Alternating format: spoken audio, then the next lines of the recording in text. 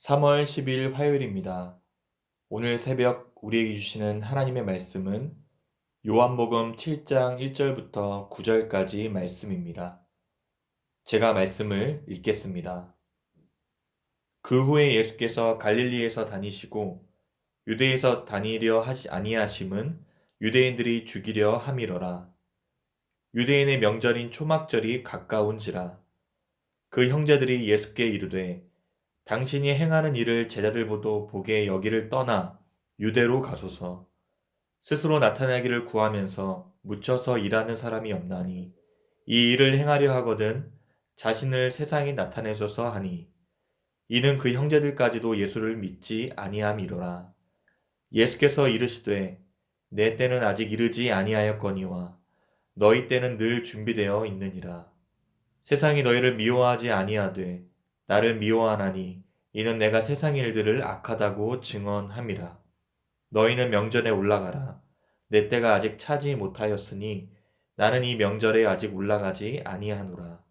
이 말씀을 하시고 갈릴리에 머물러 계시니라. 아멘.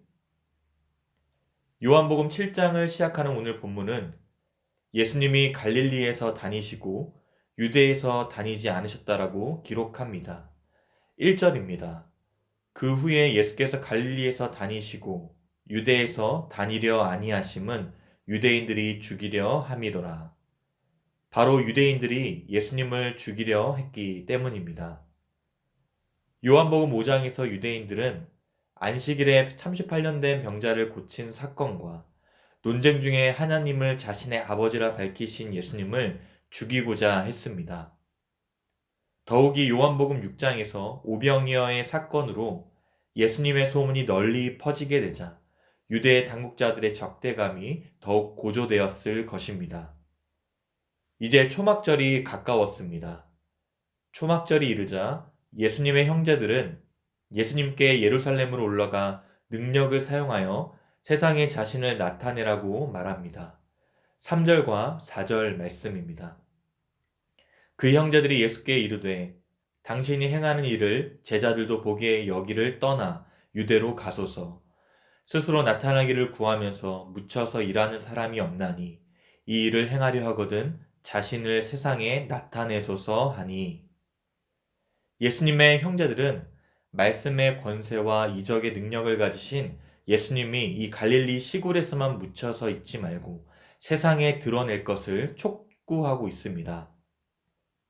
당시 초막절과 같은 큰 절기 행사 때에는 팔레스타인 전 지역뿐 아니라 전 세계에 흩어져 살던 디아스포라 유대인들이 몰려들었기 때문에 단번에 스타가 될 수 있는 장이 마련되었던 것입니다. 그래서 예수님의 활동 무대가 갈릴리 지역보다는 사람들이 몰려드는 예루살렘이 훨씬 적합하다고 그들은 판단했고, 갈릴리에서 행하시던 일들을 예루살렘에서 행하신다면 훨씬 더 많은 사람들이 예수를 따를 수 있지 않을까 생각했던 것입니다. 그러나 이들의 요구는 메시아 예수를 인정하거나 그들의 신앙 고백에 의한 것이 아니라 자신의 가족인 예수가 메시아처럼 이적을 행하는 것에 반신반의하여 오히려 예수님을 시험했던 불신앙적인 동기가 있음을 보여줍니다. 그것을 5절에서 이렇게 소개합니다. 이는 그 형제들까지도 예수를 믿지 아니함이로라. 예수님이 기적적으로 떡을 만들어내는 것도 목격했었고 또 병자를 고치는 것도 보았습니다. 그래서 예수님이야말로 세상을 바꿀 수 있는 분이라 생각했을 것입니다. 그러나 그의 형제들은 예수님이 영생을 주기 위해 이 땅에 오셨음을 믿지 않습니다. 그들에게는 하나님의 자녀가 되는 권세보다 세상에서 원하는 것을 얼마든지 이룰 수 있는 그 능력과 힘이 더 중요했습니다. 예수님이라면 이 땅에서 권세와 부귀를 얻을 수 있었기 때문입니다. 이것이 형제들로 하여금 예수님께 예루살렘으로 가라고 재촉했던 이유였습니다. 갈릴리를 떠나 유대로 향할 것을 요구하는 형제들에게 예수님은 자신의 때가 있음을 말씀하시며 그들이 아직 세상에 속해 있음을 보이십니다. 6절입니다. 예수께서 이르시되 내 때는 아직 이르지 아니하였거니와 너희 때는 늘 준비되어 있느니라.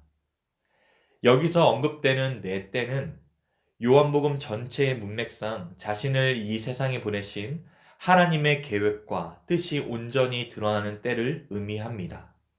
즉 예루살렘에서 십자가에 죽으시는 때요, 하나님의 아들로서 하나님의 영광을 온전히 드러내는 부활의 때요, 다시 보냄받은 하늘에 계신 하나님께로 올라가는 때입니다.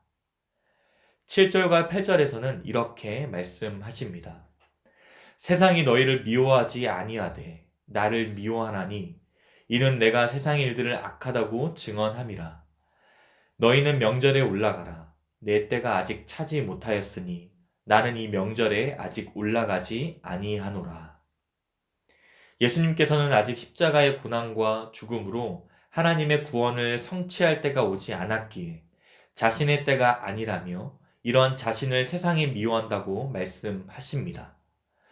예수님께서 세상으로부터 미움을 받는 이유는 바로 예수님이 세상의 일들을 악하다고 증거하기 때문이죠. 유대인들의 죄악을 지적하고 그들을 그 죄에서 돌이키도록 하셨기에 예수님은 유대인들로부터 미움을 받으신 것입니다. 그러면서 제자들을 향해 명절에 유대로 향할 것을 권하였고 아직 때가 차지 못하였기에 예수님은 갈릴리에 머물러 계십니다. 오늘 마지막 9절의 말씀입니다. 이 말씀을 하시고 갈릴리에 머물러 계시니라. 예수님은 자신이 지금 있어야 할 곳이 어디인지 분명히 아셨고 상황에 따라 즉각 마음이 변하여 행동하지 않으셨습니다. 오직 하나님의 뜻에 따라 자신의 위치를 분명히 알고 계셨던 것입니다. 사랑하는 성도 여러분, 예수님은 자신의 존재와 사역을 이 세상 기준으로 크게 드러내는 것을 원치 않으셨습니다. 사람들의 이기적인 욕망에 따라 좌지우지 되지 않으셨던 것입니다.